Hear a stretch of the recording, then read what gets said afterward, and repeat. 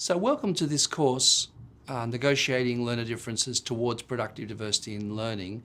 It's brought to you by a number of the professors in the College of Education here at the University of Illinois who have, in one way or another, been involved in this question of diversity. And what you're going to really be discovering as we go through all their voices is very, very diverse thinking, actually, very, very diverse perspectives.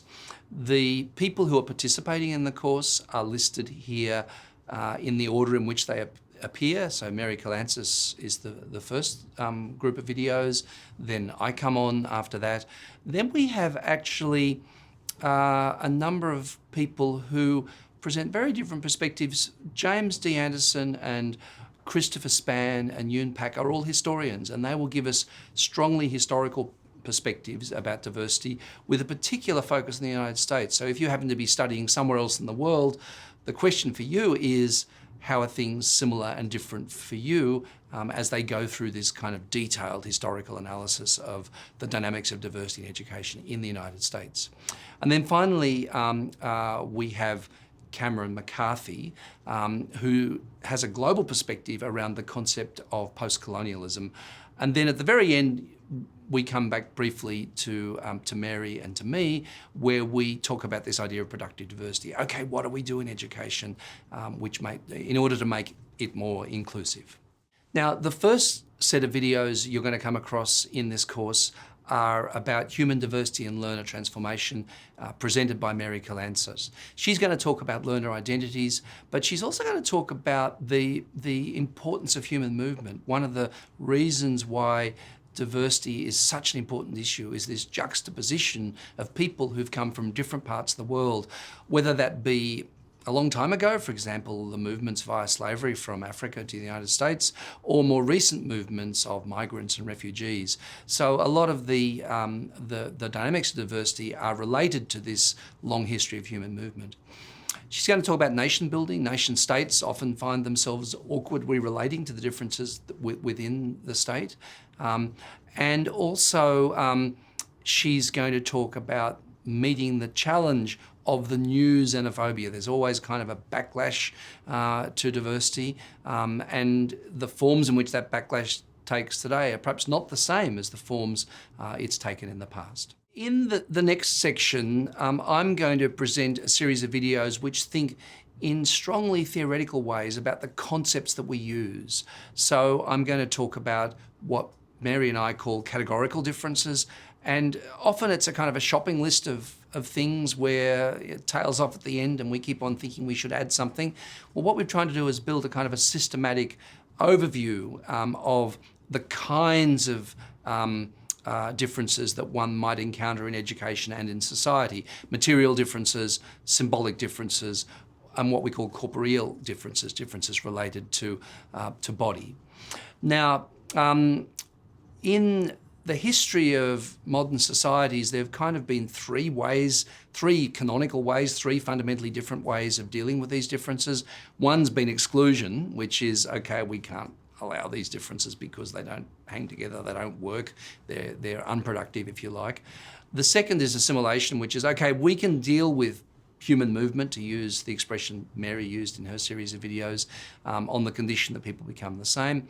But we want to suggest that a kind of social arrangement that we call civic pluralism, where diversity is something which is valued and used productively.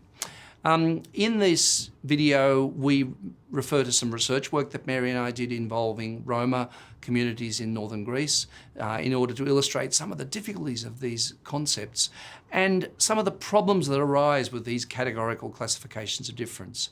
Now, what we want to suggest is a notion that we call life-world differences, which is much more complicated than the categorical differences and sort of solve some of the problems that we have when those differences begin not to work.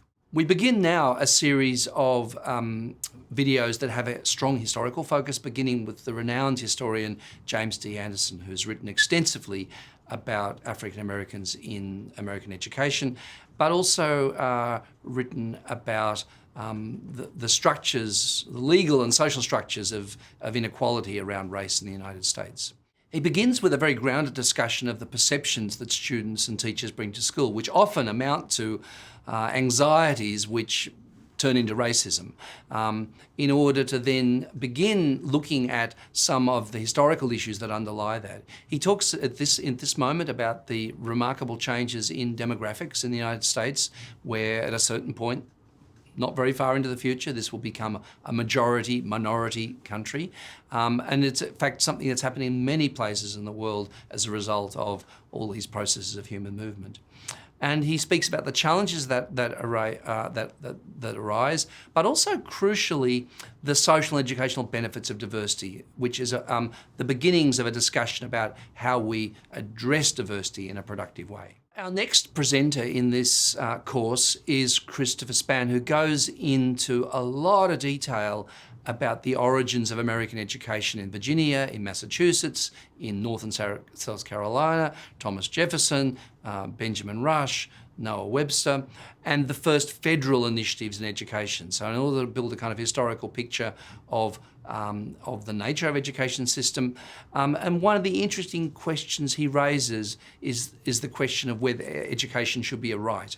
In fact, it isn't a right. There are a lot of rights that are strongly stated in the US constitutional makeup, but this is one that's not. Yoon Pak, in the next series of videos, she looks at public schooling. She kind of picks up from where Christopher Spann leaves off. And she talks about historical exclusions to citizenship and the impact that has had on the education of minority students. She talks also about Asian Americans as a specific case study, including the experience of Asian Americans during the Japanese internment period during Second World War. But then after the Second World War, the myth of the model minority, where the Asians, so-called, seem to be doing better than other parts of the population, and what that means. And she ends off with the question of, okay, how does one in this context actively support academic achievement? Finally, amongst our speakers speaking in these general theoretical and historical terms, we have Cameron McCarthy, who brings in a global perspective by introducing the notion of postcolonialism. So our previous three speakers were speaking specifically about the United States, but what Cameron does, speaking from his experience, a personal experience and not just a theoretical and research understanding, is that he speaks to the question of postcolonialism and its educational implications. And finally, coming back to Mary and to me, we ask some basic questions about what are the responsibilities of educators and what is the character of the inclusive school? How can schools be equitably inclusive to everybody? And by equitably, we mean addressing everybody in ways which are comparable, giving everybody an equal chance in education by reframing the way we think in such a way that our schools successfully negotiate diversity. And in that, we provide some examples of some general strategies that teachers and educators might use to address diversity in their classrooms.